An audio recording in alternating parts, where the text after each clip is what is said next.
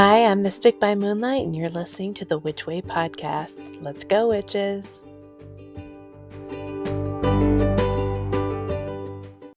Welcome, witches and seekers of the mystical, to another episode of Witch Way. And this is just another part of our journey into the realms of magic and folklore.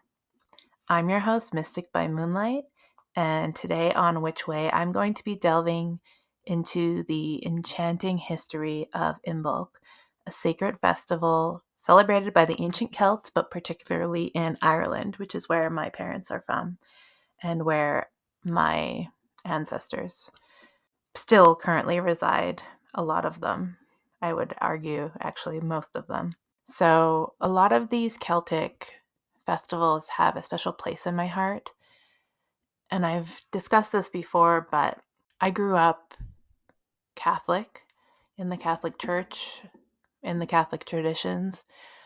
So a lot of these festivals are things that I have grown up celebrating. I just didn't even realize the true significance of the celebrations that we would do or the traditions we would partake in, because it was just something that was done, something that was taught to you or shown to you by your grandparent, and it wasn't something that was often discussed. We didn't get a lot of the history or the tradition behind it. It was just something you did. And yeah, it's funny because it's been a long time since I've been on here, and I want to apologize for that, but I also know that I needed the break simply because there was some good, some bad, mostly good, I would say.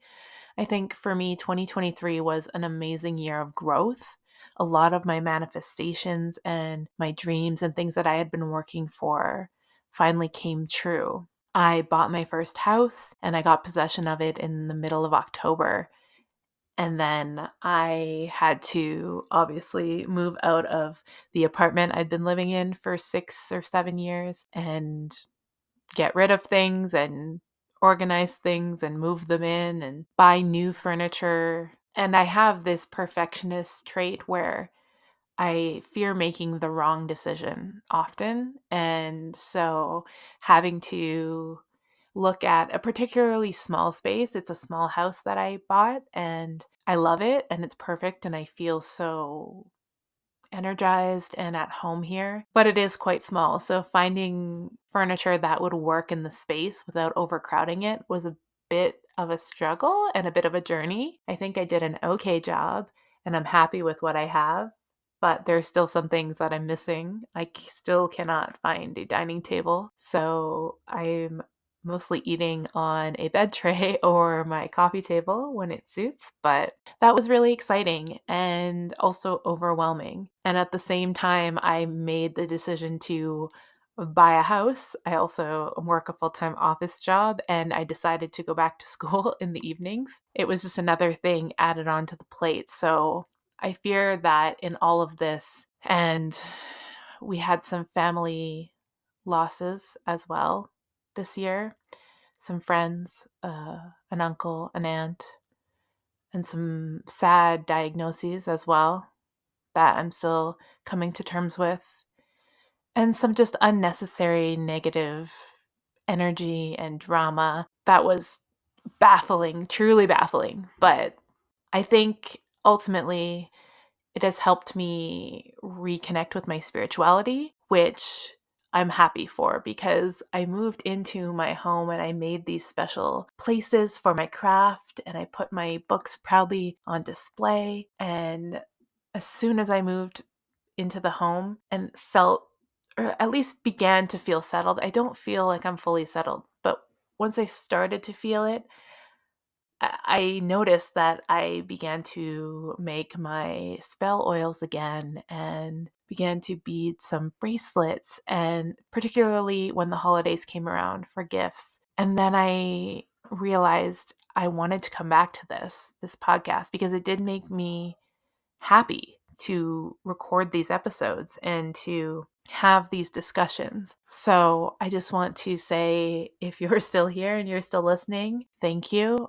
It has been a wild and rough year, but I am incredibly hopeful for 2024, and I am happy to be putting the podcast back on the map as part of my spiritual journey. And I hope that I will be a little bit gentler with myself and happy to embrace my spirituality yet again.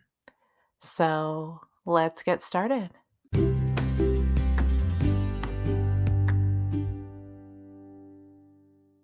So tomorrow marks Imbolc, or also known as Imbolc or St. Brigid's Day, depending on how you celebrate. And this day marks the halfway point between the winter solstice and the spring equinox.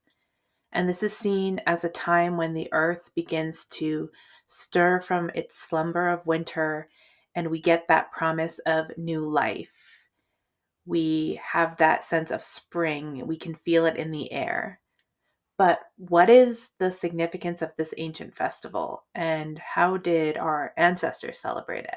To understand Imbolc, we must journey back through the mists of time to the land of Ireland, where the ancient Celts honored the goddess Brigid, a deity associated with fertility, healing, and the hearth. Imbolc means, in literal translation, something close to in the belly. And it was seen as a time of welcoming the returning light of the sun and to invoke the goddess's blessing for the coming spring. And spring, we know, has often been associated with fertility because we see all the plants that slumbered over the winter begin to spring new life. One of the most enduring traditions of Imbolc is the lighting of fires. It is one of the Celtic fire festivals. So the lighting of fires symbolizes the increasing power of the sun and the banishment of winter's darkness. In Ireland, these fires were often kindled on hilltops and in sacred groves, serving as beacons of hope and protection for its community. Another central aspect of the holiday is the weaving of Brigid's cross, or the Cruish. That sounded weird, but sorry. That's the Irish pronunciation.